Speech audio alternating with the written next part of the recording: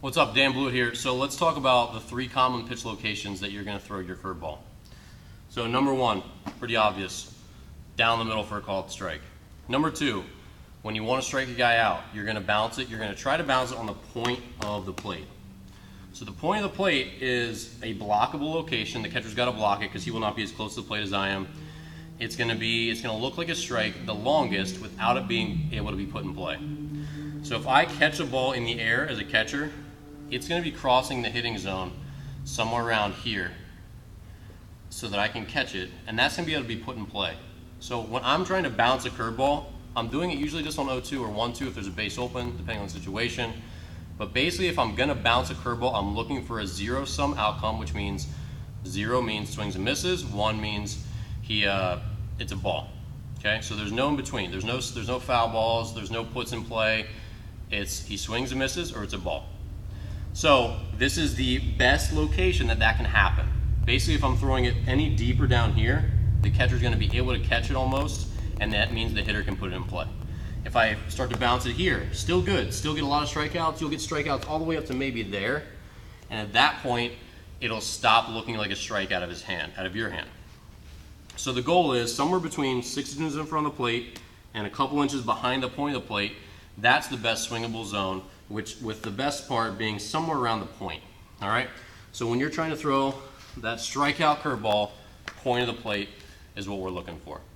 So we've got 2 locations now: down the middle, point of the plate, and then the other location is going to be for a borderline ball strike on a 0-1 or 1-2 count. So that is going to be right here, where I'm catching it at the bottom of the kneecap, where if he takes it, some percentage of the time he'll strike out, on strikes, he'll get called out.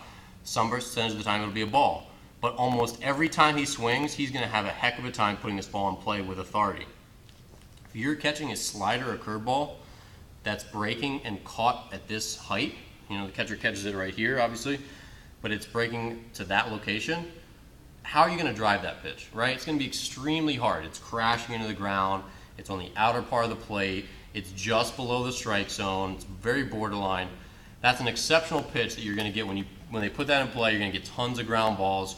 You're going to get strikeouts here and called or swing variety. So those are the 3 pitches and the utility that they have. So you're going to throw it down the middle for a called strike. And when I say down the middle, you always default to the bottom of the strike zone. So you don't want to throw a curveball here ever. Your goal always is to throw a curveball at the very bottom border of the strike zone. So even when you throw it down the middle, it should be caught at the kneecap. That's your goal. And sometimes you'll throw them higher and they'll still be called strikes, and that's fine. But your goal, and where the catcher should set his mitt up, is right at the bottom of the kneecap. All right? So this is where you're going to throw it for a brand new count, so 0-0. You're going to throw it when it's maybe an even count or when you're behind the count. So 1-0, 2-0, 3-0, 3-1, 3-2, 2-2, 1-1, 0-0. So even counts, and I call 3-2 an even count because you're full of both count. You're full of balls, full of strikes, and it's a heavy swing pitch. So hitters tend to swing a ton on 3 and 2.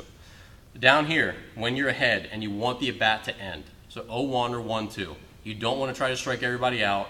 So this pitch will force them to make a decision. It'll force them to put it in play because if they take it, they'll probably strike out at least half the time because the umpire will call it about half the time. If they swing, they'll swing and miss a bunch of the time, and if they put it in play, they will not put it in play very well. And then down here, you're going for that zero-sum outcome, that strikeout or ball, usually only on 0-2 or 1-2 when there's like a base open or if it's a tough situation, depending on the game situation. So that's 0-2 or 1-2, depending on the situation. So those are the 3 main locations. Backdoor curves, leave them. You don't need them if you're pitching in minor league baseball or in the big leagues.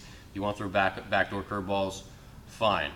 All up to that level, and even at those levels, this is not an essential pitch. This is more like a trick pitch where I'm going to throw this and he's going to think it's a ball and he's going to break back over. When you have the command where you can magically do stuff like that, you're already in control anyway. You don't need me. But in general, you can make it to the big leagues throwing boom, boom, boom.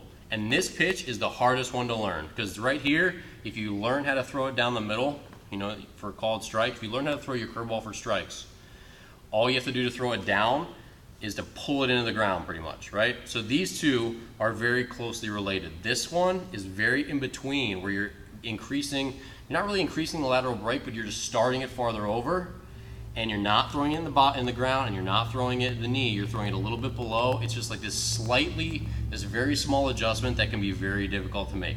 This was a pitch I struggled to make even to the end of my career when I was 30 years old. So this is tough, but you should still work to be an exceptional pitcher. You should work on the tough stuff. Called strike, bounce when you're ahead.